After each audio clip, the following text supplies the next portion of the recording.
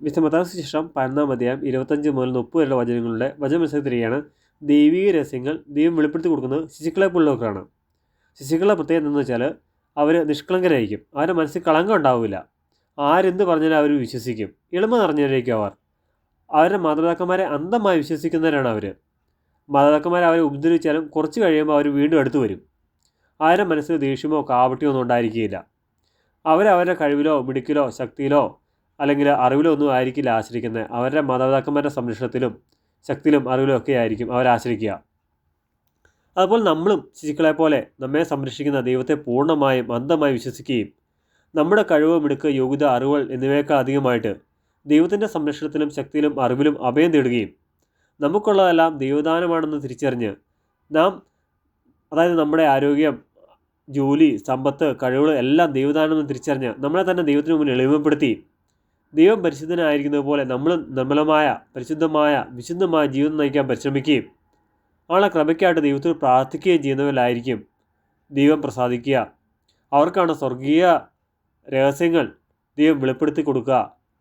ശിശുക്കളെപ്പോലെ മാറുന്നവർക്കാണ് ദൈവ രഹസ്യങ്ങൾ ദൈവം വെളിപ്പെടുത്തി കൊടുക്കുക എന്ന് ഈ വചനങ്ങളിലൂടെ ഈശോ നമുക്ക് മനസ്സിലാക്കി തരികയാണ്. രണ്ടാമത്തെ വചനം 27 ഈശോ പഠിപ്പിക്കുകയാണ്, ദൈവത്തെ നമുക്ക് അറിയാൻ കഴിയണമെങ്കിൽ, ദൈവത്തെ നമുക്ക് വിശ്വസിക്കാൻ സാധിക്കണമെങ്കിൽ അതിന് ദൈവം ഇടയാക്കണം. അത് ഒരിക്കലും നമ്മുടെ കഴിവോ മിടുക്കോ യോഗ്യതയോ ഒന്നും ആയിരിക്കില്ല. നമ്മളുടെ കാരണത്തെ പ്രതിയാണ് ദൈവത്തെ അറിയാനും അങ്ങനെ നാം രക്ഷപ്പെടാനും ദൈവം നമുക്ക് അവസരം തന്നിരിക്കുന്നത്. അപ്പോൾ വചനം മനസ്സിലാക്കിയിരിക്കുകയാണ്, പിതാവായ ദൈവം എല്ലാറ്റിന്മേലുള്ള അധികാരവും അവകാശവും ഈശോയ്ക്ക് നൽകിയിരിക്കുകയാണ്. നമുക്ക് ഈശോയോട് മാത്രമേ പിതാവിനെ അറിയാൻ കഴിയൂ. നിത്യരക്ഷ നമുക്ക് ലഭിക്കുന്നത് ഈശോയോടെ മാത്രമാണ്.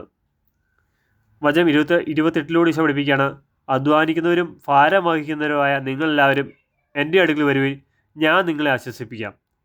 ഈ വചനം മനസ്സിലാക്കി തരുന്നു, നമ്മുടെ ക്ലേശങ്ങളിൽ, ബുദ്ധിമുട്ടുകളിൽ, നിസ്സഹായ അവസ്ഥകളിൽ ഈശോയിൽ അഭയം തേടിയാൽ ഈശോ നമുക്ക് ആശ്വാസം തരും.